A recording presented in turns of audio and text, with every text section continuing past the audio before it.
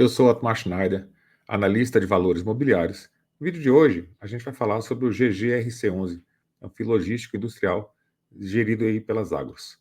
Se você gosta desse tipo de conteúdo, aqui embaixo você vai encontrar link para os meus relatórios de fundos imobiliários, relatório de FIP, de FINFRA, também para a nossa comunidade do YouTube. Vamos lá para o nosso vídeo de hoje. Esse aqui é o último relatório gerencial do fundo, tá? Que ele fala sobre as características, né, do fundo. Ele investe em imóveis predominantemente industriais ou logísticos, com a finalidade de locação atípica, ou seja, né, em vez de fazer contratos típicos, né, igual a maioria das pessoas fazem, eles fazem contratos atípicos com vencimento já programado, 10 anos, 15 anos, né, e com reajustes de aluguel definidos aí com um índice, normalmente é IPCA, GPM. Né? Então, a carteira imobiliária do fundo possui 18 imóveis com contratos de locação 100% atípicos. Quando o contrato é atípico, tem que sempre estar ligado no tipo de imóvel, aonde que esses imóveis estão, qual o prazo de vencimento, né, desses contratos, porque o contrato ele passa a ser bastante importante dentro de um fundo que existe contratos atípicos, né? Principalmente o GGRC, que são 100% dos contratos são atípicos, né? Então tem que estar sempre de olho no vencimento desses contratos. Ele é um fundo aqui de 2017, iniciou as atividades em 2017. Então o valor patrimonial da cota e o valor de mercado bem próximo aqui, né? 11,24, 11,27. Taxa de administração, 1,10%. E aqui esse WALT, o vencimento dos contratos, ele leva em conta, né, todos os contratos e o prazo de vencimento. Ele faz uma média ponderada. Então aqui a média ponderada de vencimento dos contratos da carteira do fundo é de 6,53 anos. Né? A gente tem aqui o fundo tá, distribuindo, né, ao preço aí de 11,29, vem yield nos últimos 12 meses de 10%. Tal para aí com o valor patrimonial, PVP de 1. E aí a gente olha aqui os últimos rendimentos do fundo, a gente vê que ele vieram crescendo porque tem o reajuste ali pela inflação, né? Então ele conseguiu passar aqui em 2020 de 59, 72, 80, chegando aqui em 2024 em 90. Os contratos atípicos é bom por isso, você consegue aquela taxa aqui que a gente viu, taxa do dividend yield anual, 10,02. Se tivesse o contrato atípico para sempre garantido, né, você teria esses 10% ao ano e o reajuste pelo IPCA, ou seja, seria um IPCA mais 10, né, seria muito bom. O problema é que, lógico, como tudo que tem mais taxa, tem um pouco mais de risco, que é justamente o vencimento desses contratos. Aí aqui, ele fala, ó, o ativo Rizobacter, localizado em Londrina, teve seu aluguel reajustado pelo IPCA acumulado nos últimos 12 meses, ou seja, 4,5% de reajuste de aluguel, pelo IPCA já é contrato, não tem choradeira de inquilino. Assim, 5 dos 18 ativos do fundo já tiveram aluguéis corrigidos esse ano. Então, todo ano, na data de vencimento do contrato de cada ativo do fundo, né, com o locatário, eles fazem a correção do aluguel de acordo com o índice contratado. Né? A gente vai ver aqui que a maior parte do GGRC é com base no IPCA. Então, temos percebido uma melhora de liquidez no GGRC. Liquidez é muito importante, que é a porta de saída, quando você precisa vender. Então, a gestão enxerga potencial para que esse volume chegue a 2,5 milhões, 3 milhões por dia. E algumas ações eles tomaram. Então, uma das coisas que eles fizeram foi o desdobramento de cotas. O desdobramento de cotas, normalmente, ele melhora a liquidez. Então, a cota era a base 100. Então, quem tinha uma cota de R$100, eles distribuíram outras cotas e agora ficou em base 11, mais ou menos, né? Então, contratação de formador de mercado também. Então, justamente para gerar liquidez, eles contratam formador de mercado. Então, são algumas das atitudes que eles fizeram para fomentar a liquidez do fundo. Aqui, um dos riscos, né, de qualquer tipo de contrato é recuperação judicial, problemas, né, com empresas. As americanas entraram em recuperação judicial e eram um dos inquilinos. Então, ficou aqui com base o aluguel de janeiro de 2023 de R$580 mil. Ele tinha esse crédito aqui. Então, o fundo aderiu a uma cláusula, né? E essa cláusula é a cláusula de fornecedor do plano de recuperação. Se você aderir a essa cláusula, você recebe uma parte da dívida, né? Aqui no caso aqui é 50%. Então, tendo usado 50%, vai receber a metade da dívida. É um dos riscos, né, da renda variável, é você ter que enfrentar a situação das empresas, né? A empresa faliu, ou a empresa saiu do galpão, vacância, tem vários riscos ali para você conseguir esse IPCA mais 10, digamos assim, né? Aí tem aqui os ativos do fundo, né? Mais para baixo aqui vai ter a área externa do CD, tem heading, a gente vai ver, tem um mapazinho que eles colocam lá no final, tá bem distribuído, né? Os ativos do fundo. Aí tem perguntas e respostas. E aqui tem demonstrativos de resultados aqui, né? 2024, o acumulado aqui, conseguiu 42 milhões em receitas.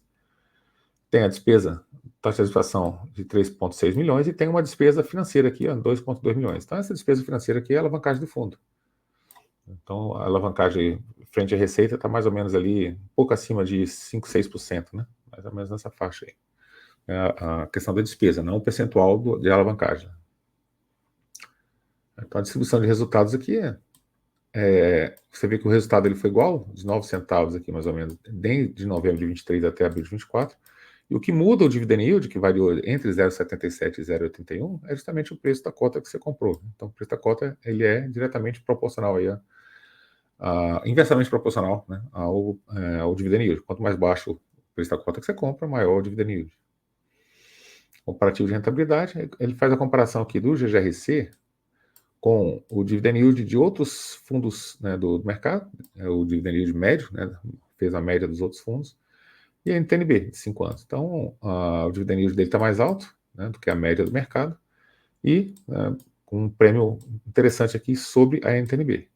Isso aí também reflete também um pouco o risco do fundo, né? O risco, ele tem contratos atípicos, né? Lógico que você vai ter uma receita durante um bom tempo, só que no vencimento dos contratos, né, o fundo ele tem que fazer uma gestão muito interessante, comprar bons imóveis que ele sabe que sejam importantes para as operações, principalmente imóveis industriais. Imóveis industriais, aquela indústria que está lá, né, é muito específico. O galpão você consegue adaptar para qualquer locatário. A indústria é bem mais complicado. Então, você tem que ter realmente cuidado que aquele ativo é importante para aquela empresa que você fez o contrato atípico.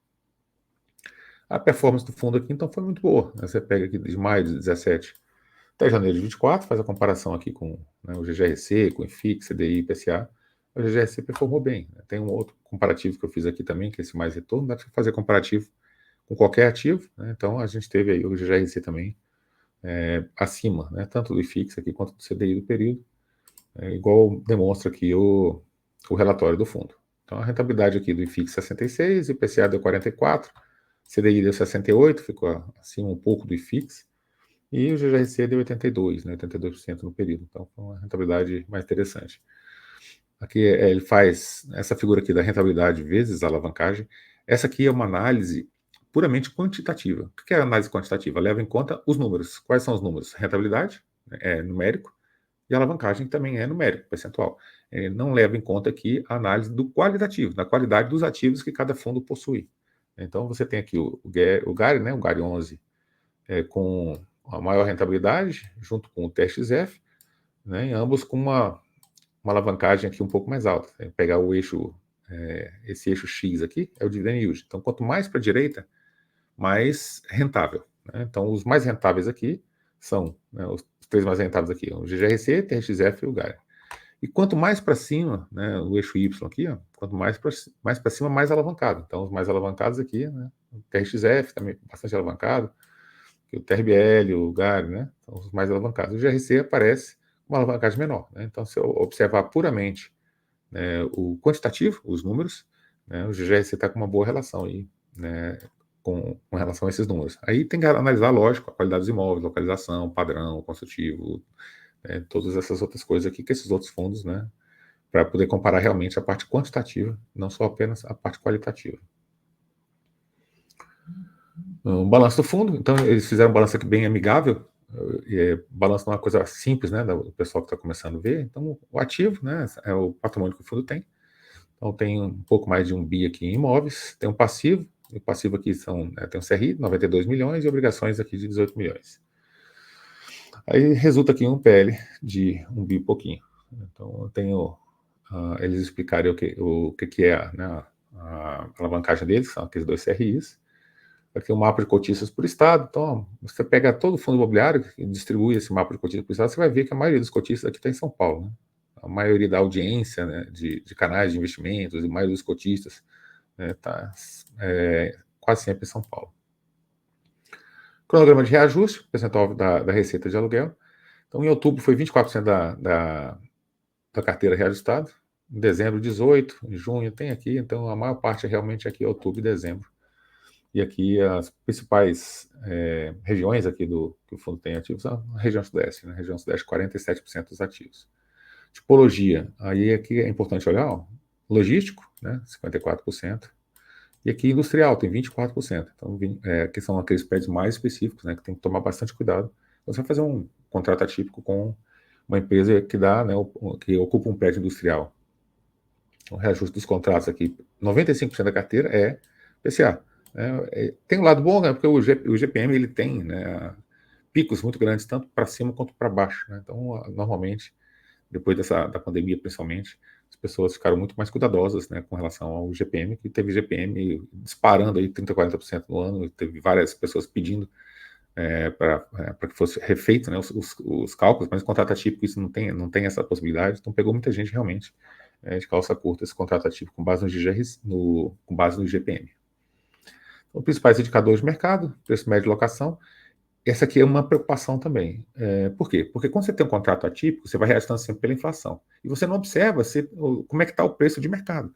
E aqui, quando eles fazem essa comparação aqui, é bem interessante para vocês entenderem o seguinte: ó, qual que é o aluguel de mercado hoje? Né? O aluguel de mercado hoje, em agosto de 23, está a média aqui de R$ 23, né? E o do fundo?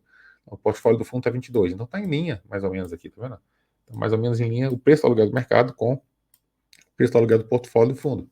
Porque quando isso sai muito, né, desloca muito, quando você vai fazer uma renovatória, se o preço do aluguel estiver muito superior ao preço de mercado, né, o fundo vai ter que abaixar bastante, né, o preço do aluguel, para que reflita a realidade do mercado e fazer um novo contrato, no caso de renovação. Ninguém vai renovar por um preço muito acima, né, quando acaba o contrato atípico. Então, por isso que é sempre interessante olhar o preço médio de locação comparado com o preço de mercado, do portfólio, né, atípico e preço de mercado. E aqui tem alguns ativos imobiliários, então tá a Ambev aqui em Guarulhos, a Ambev aqui em Itajaí, Pelotas, tem a Hering, a Hering fica em Anápolis, né, Uberlândia, Minas Gerais, tem Americanas, Santa Cruz aqui, ó. Anápolis. Então, tem diversos ativos aqui, né, de galpões logísticos no portfólio. Aí aqui tem construção do galpão logístico, a Campinas, São Paulo, Cuiabá, Mato Grosso, então também diversificado nas regiões. Algumas regiões têm poucos galpões, então a pessoa pode não sair, mas se sair também é mais difícil de alugar. Outras regiões, igual São Paulo, tem muito galpão, você tem a possibilidade de alocar para outras pessoas, mas também tem tanta possibilidade de locação quanto de ficar vago mais tempo, né? Porque tem muita possibilidade. Então, cada região tem a sua característica. E aqui os imóveis industriais, né? Que são os imóveis que tem que ficar mais ligado, digamos assim, né? Então, Igaraçu, Pernambuco, aí tem a capacidade do piso, e Camargo, aqui, Tietê, São Paulo. Aqui, Aparecida de Goiás, Santa Bárbara do Oeste, aqui a Covolã, João Pessoa, Paraíba, Copobras. Então, esses ativos aí são os ativos industriais do fundo. E tem os ativos híbridos também, né? Entre o industrial e o galpão logístico. A Rizobacta fica em Londrina, Valinhos, São Paulo, aqui, a Igor Burgman, a Etra.